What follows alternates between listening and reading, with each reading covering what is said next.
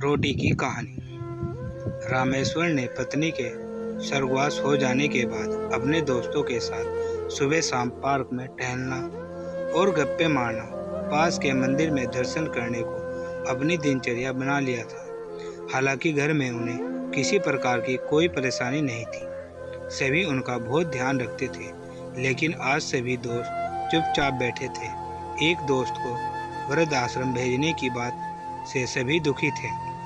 आप सब हमेशा मुझसे पूछते थे कि मैं भगवान से तीसरी रोटी क्यों मांगता हूँ। आज बतलाता हूँ। कमल ने पूछा, क्या बहू तुम्हें सिर्फ 3 रोटी ही देती है? बड़ी उत्सुकता से एक दोस्त ने पूछा। नहीं यार, ऐसी कोई बात नहीं है, बहू बहुत अच्छी है। असल में रोटी 4 प्रकार की होती है। पहली सबसे स्वादिष्ट रोटी माँ की ममता और वात्सल्य से भरी हुई, जिससे पेट तो भर जाता है पर मन कभी नहीं भरता। एक दोस्त ने कहा, 16 आने सच, पर शादी के बाद माँ की रोटी कम ही मिलती है। उन्होंने आगे कहा, हाँ वही तो बात है। दूसरी रोटी पत्नी की होती है, जिसमें अपनापन और समर्पण भाव होता है, जिससे पेट और मन दोनों भर जाता है। क्या बात कही है यार, ऐसा तो हमने कभी सोचा ही नहीं। फिर तीसरी रोटी किसकी होती है? एक दोस्त ने सवाल किया।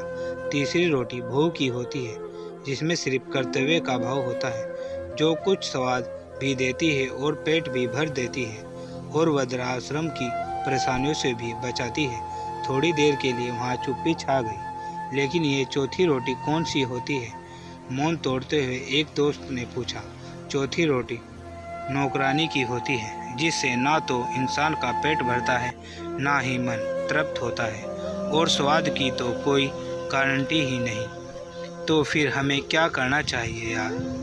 माँ की हमेशा पूजा करो, पत्नी को सबसे अच्छा दोस्त बनाकर जीवन जियो, बहू को अपनी बेटी समझो और छोटी मोटी गलतियाँ नज़रअंदाज कर दो। बहुत खुश रहेगी तो बेटा भी आपका ध्यान रखेगा। यदि हालात चौथी रोटी तक ले ही आए तो भगवान का शुक्र करो कि उसमें हमें जिंदा रखा हुआ है।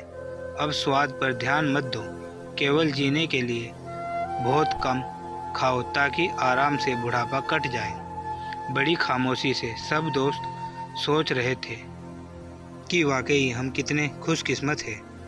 दोस्तों, अगर आपको हमारी ये कहानी अच्छी लगी है, लाइक करें, कमेंट करें और शेयर करें।